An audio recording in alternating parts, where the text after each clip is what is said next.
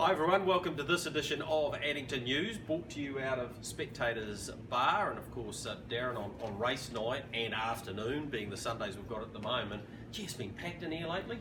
Yeah, Sunday we're only operating generally out of here, plus outside and the barbecue and things, but no, come a Friday night, by sort of 4:30 she's pretty busy in here and everyone's looking to get a table.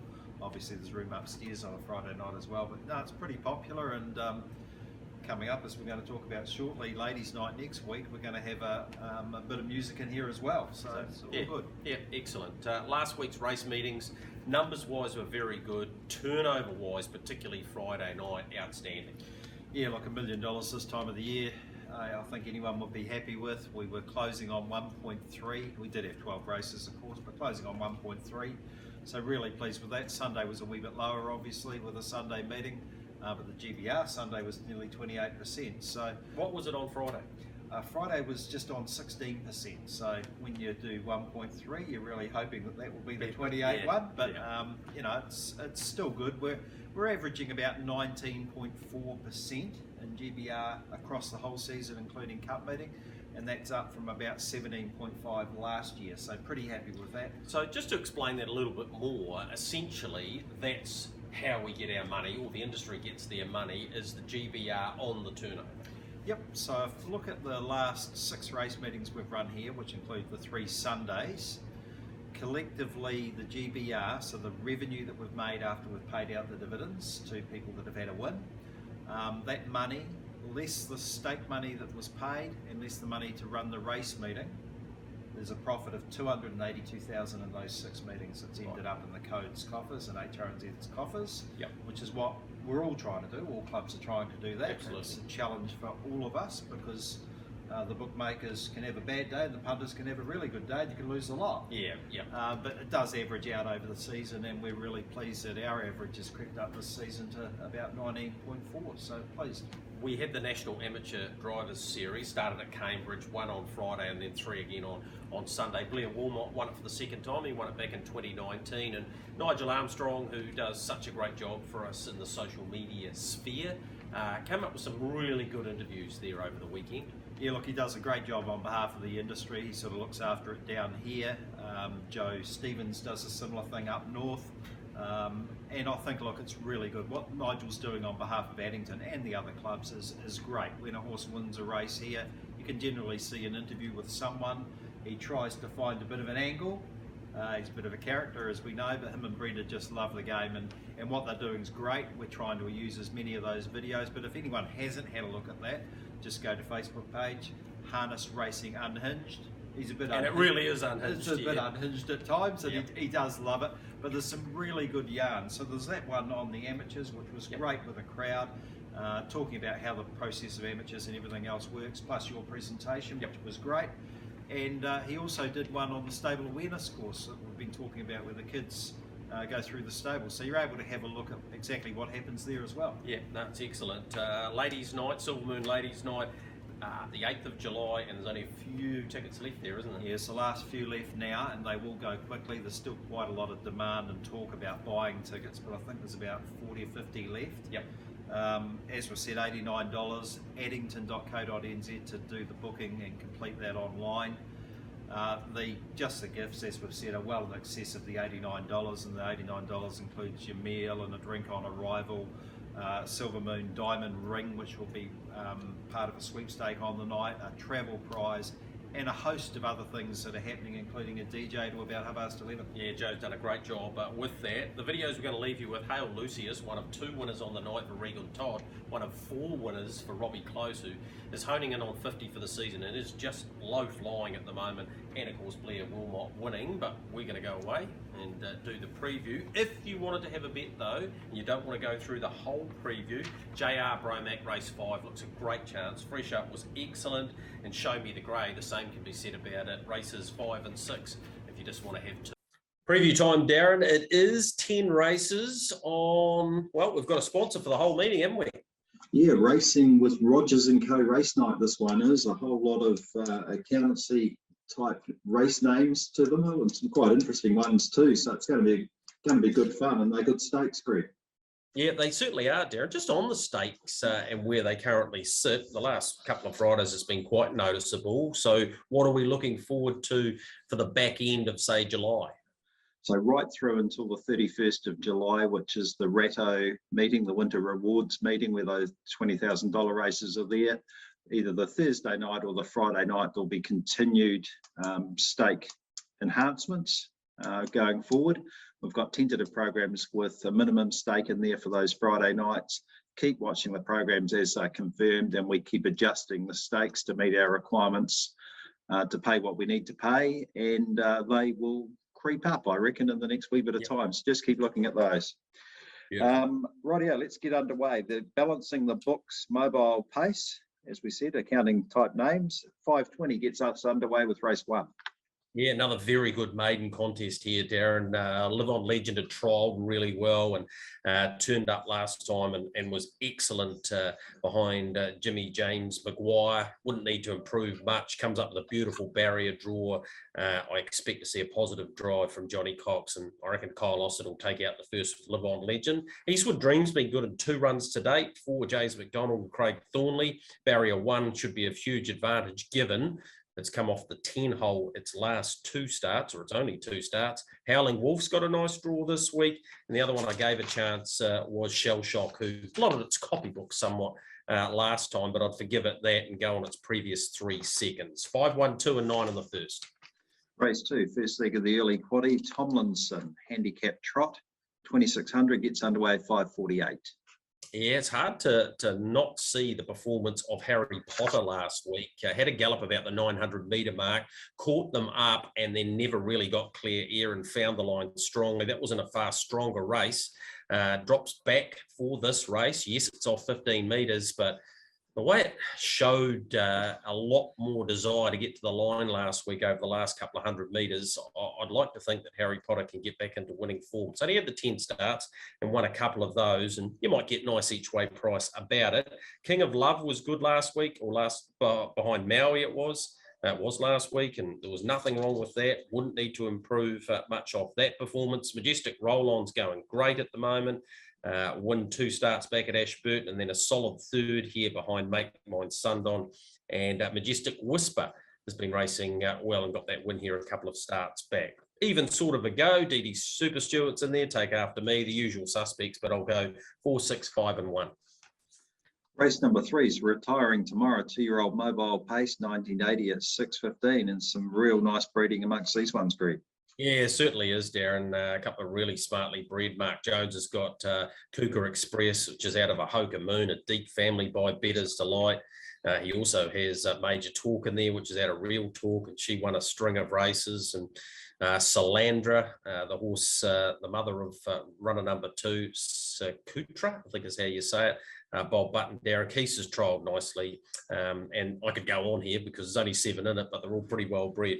I'll go with Meet Me at the Beach from the inside draw down by the seaside. I reckon he's going to make a big impression on the harness racing scene here from what I've been told by trainers. So, yep, Meet Me at the Beach was good first start, comes up with barrier 1, should be improved, should be hard to beat. Cougar Express trialled nicely. Rakiro Raider trialled really nicely before the first up run. I reckon it should improve off that.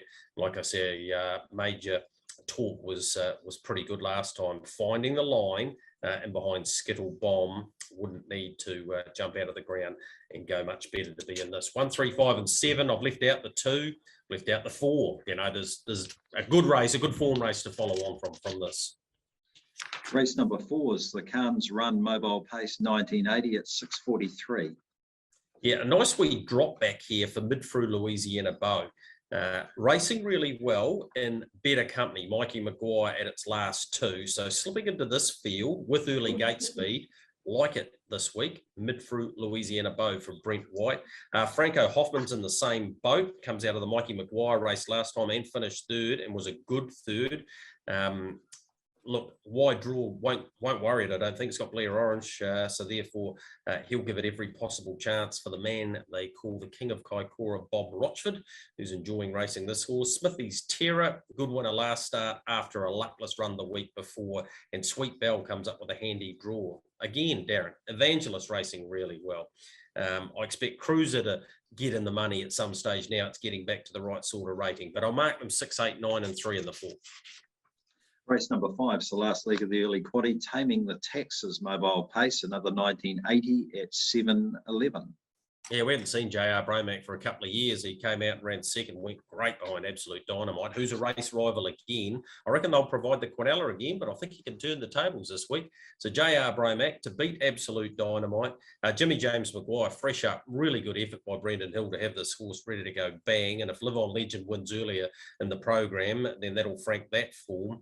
And Don Maro's done nothing wrong for Roger Austin. Was a winner up at Nelson, I think it was. Nelson or Blenheim at its first start, and has been a subsequent winner when it lined up at Ashburton, fresh up. So, yep, given time to get over that, it'll be very competitive in this too. 4, 1, 7 and 8. Race number 6 is the Avon City Ford Handicap Trot, 2600 at 7:39. $15,000 for these horses, Greg. They're racing for pretty much that every week. Yeah, they are. And this field here, I think there'll be a few winners come out of it. In fact, if you go through the field, they've all got winning form. So, yeah, it's pretty strong. 6, Show Me the Grey, who hasn't got winning form in its last 4 starts, but I think it will have after Friday night. Could not have gone better last time, and behind Maui. Excellent run. Has to improve off that, and had trialled, so it should be ready to fire up. So I'm happy to be on Show Me the Grey this week. Resolve, okay last week. Yeah, it was first up since the 1st of April, so it'll improve too, and it is trained by the master. She's a mare by Andover Hall out of Habibdi, so you won't get a better bred trotter on the place. Bob Butt doing the steering there. My Moments Now, much better last time and getting into the right sort of grade where she can deliver again. And Majestic Jag only needs to do things right to be very competitive. 6, 1, 7 and 5 in the Avon City Ford. Race number 7 is the first leg of the late quaddie, Software Solutions Handicap Pace, 2600 at 8:07 for $17,500. And Serious Moonlight, the connections, and Andrew Stewart helping us out, coming across to this race to get this race underway so that these horses can continue to race. And that's what we've been trying. And he's to do. racing great, Darren. He's racing really well. And if he steps away, which, look, it hasn't been a strength when you look at the stats, but there was no problem the way he stepped away last time and he's run 4th. So I expect him to be very competitive off the front. I'm not tipping him to win because I think Mikey Maguire can win again. His record at 2,600 metres probably isn't a fair reflection on the way he's gone in many of those races because he's always been in the higher grades. He was great beating Sounds of Cash last time. He was a winner 3 starts back, and his run in the middle of that was excellent behind Henry Hubert. So if he's able to press forward and get somewhere near the top again, that's where he races best, then he'll take some catching. That's a big if because he does have to start off 20 metres alongside Heisenberg, who I think will go close again. His stablemate, Henry Hubert's 30 metres back, but he should make that up pretty quickly. And then it was a flip of the coin between Serious Moonlight and Copperhead Rose, who is such a competitive horse. Greg Manson brings so much colour to the races when he brings his horses. And yeah, I expect Copperhead Rose to go well. But I think Mikey Maguire can win again. Race number 8 is the Canterbury Insulated Builders Free-for-All Mobile Trot, 1980, another $17,500 race at 8:35. Yeah, good race, isn't it? Really good race. Car race is flying, 3 in a row now. Put repeat Pat to bed. This is a step up again, but the good thing about her is she has good early speed, whether it be from a stand or a mobile. So Robbie Holmes, I'm sure, will be looking to go forward, and if he does get somewhere near the top, she'll take some catching again. Great to see Majestic Man back. He's a quality performer. He's a Group 1 winner in Australia. He's won a lot of races here in New Zealand, races like the Ashburton Flying Mile, and he'll be very, very competitive here. How hard Brad Williamson comes off the gate will determine his winning chances. The Dominator's drawn to his inside, and he's a go-forward horse too. So the early stages of this race will be really interesting. And Phoebe Imperial, I thought fresh up was good too. Excellent contest, 6, 8, 7 and 5, but you could throw those numbers up and they'd land a different way each time, Darren. Race number 9 is a small price to pay. Fillies and Mears Mobile Pace, 1980 at 9:03. Yeah, Brie Express was excellent last week. In fact, she's been really good in all of her starts to date. She had to sit parked, it was brave and behind first class. We'll have to probably do some work again, but she's clearly showed that she's capable of doing that. Gave a good chance to run a number 12, which is Ain't No Angel from the Brad Williamson team. She's a filly by Raging Bill that has always had ability. She's got a few tricks, as we saw first up here at Addington Raceway, but she's been a subsequent winner since then, and she's been to the trials and trialled nicely leading into this. So, yep, I'll give her a chance at odds. Swell Time was unlucky last week. I reckon it's a trifecta and first 4 chance, and then Ardent Sweetheart and Mitzi Gaynor from a better draw, not without a chance either. But I think Brie Express might be one of the better bets of the night. The last race on the card, race 10, is the R&Co Business Advisors Mobile Pace 1980. Gets underway at 9:30. Yeah, unfortunate for the Coleman. Got a beautiful run last week. Excellently steered around the track by Samantha Rockley, and Hail Lucius just flew on by. Exceptional speed from that horse late in the piece. The Coleman looked all over the winner. He'll get his chance to get back in the winner's circle here, though, from an even better draw of 3 to beat Morrissey, who's just going great for Jeff and James Dunn and Gerard O'Reilly. So it's in with a chance. The others, I thought, Best Trio, you definitely want to have in, and maybe even Rockin' Diamonds from the inside, and Peyton's Rocks racing pretty well. And I suppose Tommy's on a roll on his performance last week. Darren and the amateurs just blew them off the track for Frankie Phelan. But yeah, I think the Coleman gets its chance this week from a good barrier draw. Again, you can wrap up the night. If you take a multi, Brie Express into the Coleman, I think you'll end your Friday and into the weekend on a pretty happy note. Yeah, look, we race again, of course, on Sunday, 12:45. I think we get underway. 10 race program through to about 4:30, somewhere there. Spectators open again. Spectators open after the last race on Friday night, and we're getting a few in there after the last race, which is great. We're going to leave you with those couple of videos. As you said, Hail Lucius was incredibly impressive. He was still last at the 600 and unleashed a withering sprint down the straight. He's a horse going somewhere. It was Robbie Close's 4th win on the night and his first 4 wins in a program. So it was great to see him do that. He's in great form. And the owners of Hail Lucius all come down from the Taranaki area. The Fleming family, they bred this one as well. So that was great to see. And then on Sunday, Blair Wilmot, of course, taking out the last heat of the amateurs on Happy Place for Bob Butt. It was a great interview, as we said, that Nigel's done on the Harness Unhinged. So a couple of people really celebrating some success at Addington last week. So we'll leave you with those videos. Have a good night on Friday and Sunday, and we'll see you next week. 28-5, 3rd quarter. Emma's Boyd turns for home, but he's hard at work. Best Trio down the middle, letting down the Coleman. Here's Hail Lucius from the back, has come from last, hit the lead at the 100 metres and got clear from the Coleman. Then came Best Trio and Emma's Boy, but here's 4 for Robbie Close. What a night. Hail Lucius brains them, beats home the Coleman and Best Trio. 4th across was Morrissey from Marshmallow Millie, Emmy Tasman Tempest, Emma's Boy Ardent Sweetheart, Franco Stefan, Scared Stiff and Luminite. Corner, Jazelle leads, 29-9, 3rd quarter. Boarding calls in for the fight, then Catherine. Happy Place pulls for his run wider out. Boarding call has gone to Jazelle. Here comes Happy Place down the middle. Happy Place has cruised up to the lead, took over from Boarding Call. Jazelle's running on the inside, but ladies and gentlemen, here is your New Zealand Amateur Drivers Champion, Blair Wilmots. Happy Place won at a length. 2nd across was Boarding Call and 3rd in Jazelle. Then came Smoke and Annie, followed over by Shard's Fury.